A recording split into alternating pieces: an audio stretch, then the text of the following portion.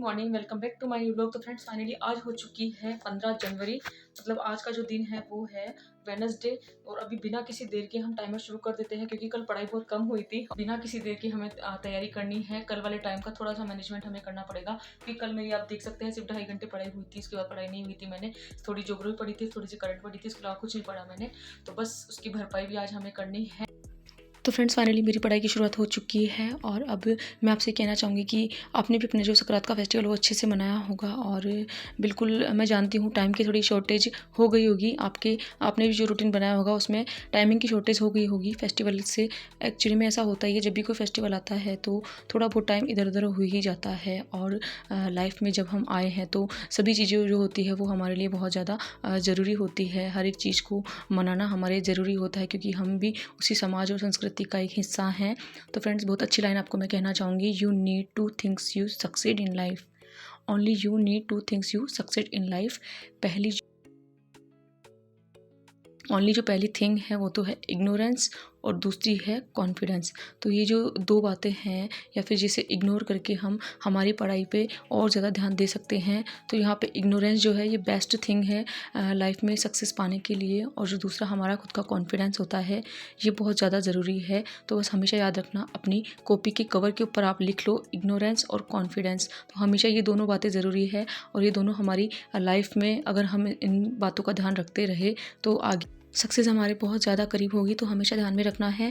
और फ्रेंड्स हमेशा आप ये बात ध्यान रखना, बिल्कुल टेंशन नहीं लेना है। बस ये सोचना है कि जो भी होगा वो बढ़िया होगा और खुद पे बस हमें भरोसा रखना है।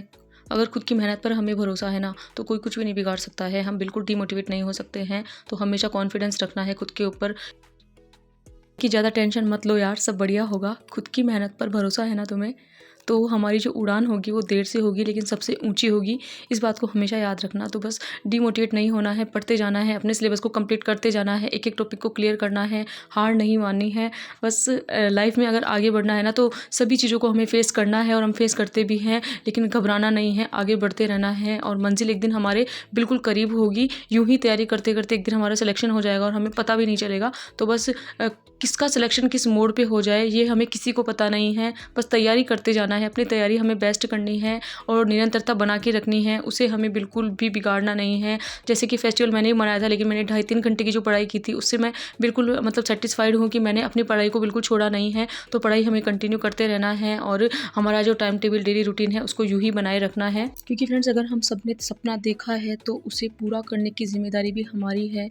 कोई और उन सपनों को पूरा नहीं कर सकता है। हाँ, हमारे सपने जब हम देखते हैं उसके बीच में रोकने टोकने वाले, उसके आड़े आने वाले और मतलब बहुत से लोग होते हैं। लेकिन हमें हमारे जो हमारा टारगेट है, जो हमारा सपना है, हमारा गोल है, उस पर ध्यान देना है और इन सब बातों को इग्नोर करते हुए सिर्फ पढ़ाई पर ध्यान देना है। सभी की राय बिल्कुल सेम है, हम सभी तैयारी करते हैं और स्टडी के दौरान काफ़ी स्ट्रगल हमारी लाइफ में आता है। बट बस डीमोटिवेट नहीं होना है। मेरे वीडियो या ब्लॉग बनाने का एक ही उद्देश्य रहता है कि लाइफ में बहुत से लोग होते हैं जो इन सब समस्याओं से घबराकर हार मान लेते हैं, पीछे अपने कदम पीछे की ओर खींच लेते हैं, आगे नहीं बढ़ा पाते हैं। तो मैं आपको कहना चाहूँगी हमारा हर एक कदम होगा वो आगे की तरफ बढ़ेगा, पीछे हमें एक भी कदम नहीं खींचना है, आगे बढ़ते जाना है और लाइफ में सक्सेस जो है वो हमें पा लेनी है। हमारा सपना अगर हमें पूरा करना है तो हर एक कदम हमें आगे बढ़ाना है और किसी की भी वजह से हम हमारा कदम पीछे की ओर नहीं धकेल सकते। तो बस आगे बढ़ते जाना है और तैयारी करते जाना है। और आज आपको एक बात कहना चाहूँगी कि आपको रिजल्ट की परवाह बिल्कुल भी नहीं करनी है। हमें पता है टेंशन क्यों होती है पढ़ते टाइम,